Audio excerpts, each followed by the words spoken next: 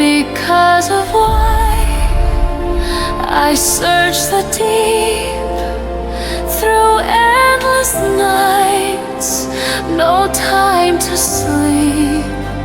The call inside I can't deny. I'll find the light because of why.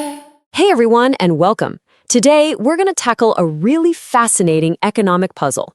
You've got Sweden, right? A super modern, totally open economy, a major player in the European Union, but they're still using their own currency, the Krona. So let's get into why. It's a question that just gets weirder the more you look into it. I mean, on the surface, they seem like the perfect candidate. They've been in the EU since '95. Their economy is deeply tied to the rest of Europe. So what's the holdup? And here's where it gets really strange.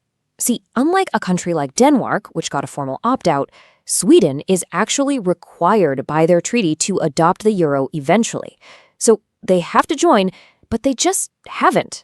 How on earth is that possible? Well, the answer lies in a very, very clever bit of bureaucratic foot-dragging. It's a strategy that all hinges on one little mechanism buried in the EU rulebook. It's called the ERM II, the Exchange Rate Mechanism Second. Now, the easiest way to think about this is like a mandatory 2-year waiting room. Before you can get the euro, you have to join this club and prove you can keep your currency stable against the euro. So, the official path looks pretty simple. Step 1, you enter that ERMI waiting room for 2 years. Step 2, you check all the other economic boxes. You know, stable inflation, solid government finances, that kind of thing. And then finally, step 3, you get the euro. Seems straightforward, doesn't it? And here is the genius, almost laughably simple loophole. Sweden just never does step 1. By deliberately choosing not to enter the ERM II, they never start that 2-year countdown clock. It's basically a permanent, we'll get to it later, that puts their mandatory adoption on hold forever. But look, this isn't just some slick political trick. This whole decision is really rooted in what the Swedish people themselves want, and they made that crystal clear in a huge referendum way back in 2003. And the results were decisive. I mean, not even close. With a massive voter turnout over 82%, a solid 56% of Swedes voted no to the euro.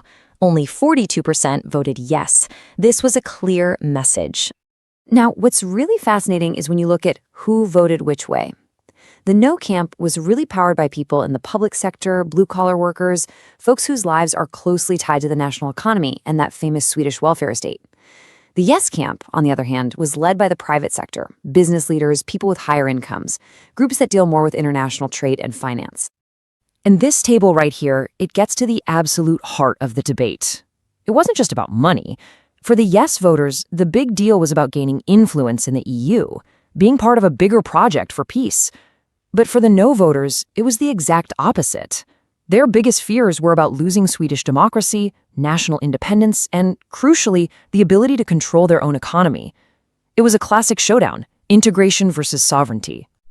And that clash of values was perfectly mirrored by a huge debate among economists about what was actually best for Sweden's bottom line. So did they make the right call financially? Okay, at the center of the economic argument is this classic idea called the impossible Trinity.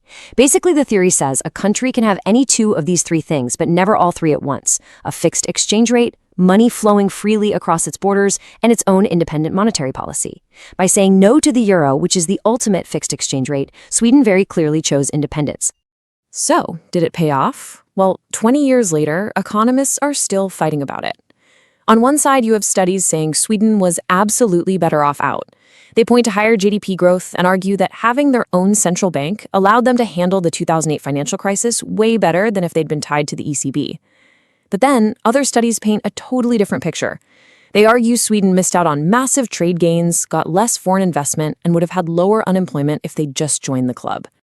To try and figure this out, economists use this really cool technique. On this chart, that solid line shows what actually happened to Sweden's GDP per person. The dashed line, though, is a synthetic Sweden. It's a computer model of what might have happened if they had joined the euro. And as you can see in this study, the real Sweden actually did better than its imaginary euro-using twin. But then you look at this next chart for exports, and the story completely flips. Here, the synthetic, euro-using Sweden, seems to do much better over time. So the really crucial point here is that the data itself is contested. You can find evidence to back up either side of the argument depending on what you're measuring.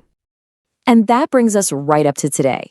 Because after years of this being a pretty settled issue, the weak Swedish krona has suddenly thrown this whole debate wide open again. The Swedish krona has been having a really, really rough time. It's fallen to record lows against both the euro and the dollar. In fact, big organizations like the IMF think that based on how strong Sweden's economy should be, its currency is undervalued by about 10%. And this isn't just some number on a trading screen. This has real-world effects. A weak krona means everything Sweden imports gets more expensive. That's helped push up inflation, and it's eating into the wallets of regular Swedes. So it's no surprise that the old debate is back. Is it finally time to ditch the krona and join the euro? So where does all this leave us? Well, the decision Sweden made 2 decades ago is now being seriously tested by a whole new set of economic problems. I think this quote just nails it. For that majority who voted no, the euro was never just a currency. They saw it as a political project, one that was a direct threat to Sweden's independence and its unique way of doing things. And that ultimately is the timeless question that Sweden is still wrestling with. Is the economic stability and the influence you get from being inside the Eurozone worth giving up the sovereignty and independence of staying out? What's the right price to pay for either choice? But I'd love to know what you think. With the krona being so weak and inflation biting, has the math changed? Is it finally time for Sweden to join? Let me know what you're thinking down in the comments.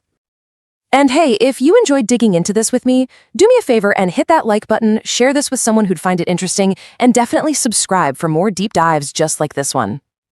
Thanks so much for watching, everyone. We'll see you in the next one.